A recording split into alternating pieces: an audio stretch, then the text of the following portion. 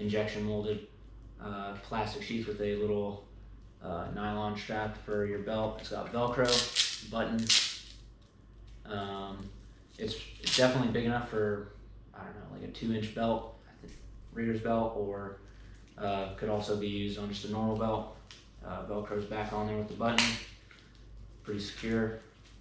And then the way it attaches to the sheath, it has these 2 holes right here. They go in the eyelets, and then you just tighten the screws down, and then it's a little plastic piece right there.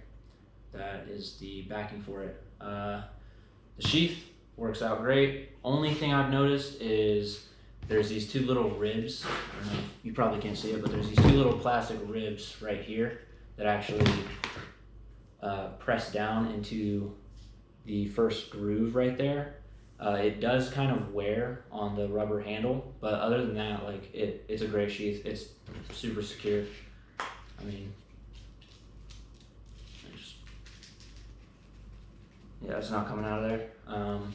That's the only thing I've noticed with it. So I mean, it's not like crazy wear. You can just kind of see. It looks like if you had like one of those pink erasers in school and you rubbed it all over the paper until you get those little rubber pieces. Other than that, great. I mean, that's like my only minor complaint. It's not for a $30 knife, I mean, or $36, like that's nothing crazy. I mean, it doesn't dull the blade or anything like that. So other than that, that's my only main complaint.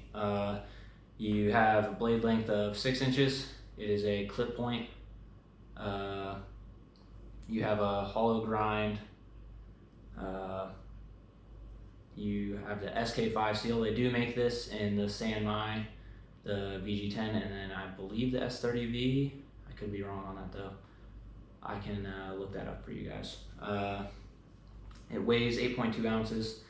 Blade thickness is 5 millimeters, so it's a pretty decently thick blade. The handle is Crayex, and then the handle length is actually 4 3/4, which puts you at a total length of 10 3/4. It is made in Taiwan, so if you know anything about cold steel, their Taiwan factories are, you know, known for their quality, and it's, I mean, you know, nice to be able to buy stuff from ally from the US. It's always good. It is a full tang. The tang goes all the way to here. It's just encased in the Crayex handle. It's a super grippy handle. I was out there using it to delimb a tree and chopping some wood with it just to see, like, put it through its paces, and it worked out just fine. Like, it's super grippy, doesn't slip even if your hand gets sweaty. I can see this, you know, it is the knife they issue in buds, so if it does get a little wet, it's still going to be super grippy on your hand. Yeah, so I mean, it's for $36, or if you can find it even cheaper. I've heard about people finding it for $27 every now and then at like your, I think Tractor Supply was having a sale a few months ago on it. I had already picked this thing up though for $36, so I was kind of out of luck on that one. But I mean, if you can get it for under $45, $45 is probably the highest I'd pay for it. Definitely a good knife for that. I know there's a lot of like controversy in having a hollow grind on a tactical or, you know, field knife or whatever, but this one held up just fine. The geometry on it is great. Like, I was chopping pretty hard wood, some oak wood, and then also magnolia wood, and it was holding up just fine. No chipping, no rolling, anything like that, and it kept its edge. Like, it's still pretty. Let's see if I can get some hair off my arm. Yeah, it's still pretty sharp, so still able to shave my arm a little bit. Yeah, it could definitely use a sharpener, but I mean, for $36, SK5 steel holds a decent edge. You have the grippy handle, the sheath. I mean, there's knives out there where you pay more than $36 and the sheath is just subpar, which I don't.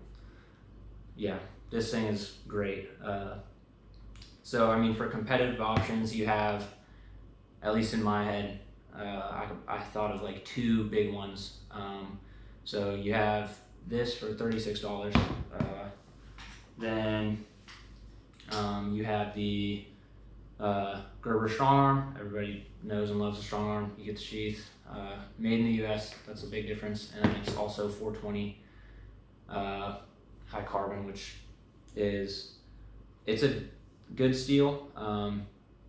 Edge retention, not that great. It is one of those ones you don't really have to worry about oiling it. It doesn't really corrode as much. Whereas this, it got it was humid where I was, and I left it in the sheath outside overnight just to see what would happen. And sure enough, SK5 got a little bit of rusty, so I just went over with a ceramic stone, just kind of cleaned it up, laid some oil on it. This one, it's a good truck knife, you just throw it in there. But one thing I will say with this is you're paying, I don't know, $70 more, just about, unless you can get the first responder or military discount on Gerber. They do, and it takes like 40% off, so you can get it for around 50-ish after shipping and tax, probably closer to 60. I have to look. The handle, in my opinion, is not as comfortable as the SRK. SRK is a lot more like filling in the hand, I feel like. But you still get that grippiness. It is a full tang as well. It's just a glass reinforced nylon rubber overmolded handle instead of the full Cray-X overmold handle. You do get the exposed tang though on the Gerber strong arm, so that is one thing. If that's something that you have to have, this is probably something you're going to gravitate towards. It is a saber grind. That is another big difference. And then you can also get this in partially serrated or just the full straight edge, which is the one I have. And then they also run a different color on this. They have like the tan, and I believe on Blade HQ they have the stonewash with the green color on the handle on the rubber part. This you can get in multiple colors. There's a tan, there's like a earth brown or something like that, and then there's a orange one, there's a black one, which is the one I have, and then obviously there's a few other colors I can't think off of the top of my mind. There's a coyote brown as well. So there's that as well. The sheath is a little bit more modular on the strong arm, so you have the system where you have this little plastic piece right here. You just squeeze the top, pull it all the way down to 3 loops right there, and you can attach this to MOLLE. And then you also have, I don't have it knocked down here with me, but you also have the plastic piece that you can run through right here. It clicks in and you slide this through, and it's so you can carry it, scout carry on your belt. The retention on this one is good. Locks in with this little tab right here, presses down into this, locks it in. A little bit wigglier, but I mean, the retention system is a little different. I guess that's one of the things that doesn't wear right here like this one does. Let's go to the next one. So your next one that I was thinking of is the SOG Seal Pup, which is, a staple in all of the knives for this category. So you have a nylon handle, glass reinforced nylon, no rubber on this one, it's just texturing. So it does have the finger grooves right here on the bottom, which is really nice in the hand. But it is not as soft to the touch as the rubber is.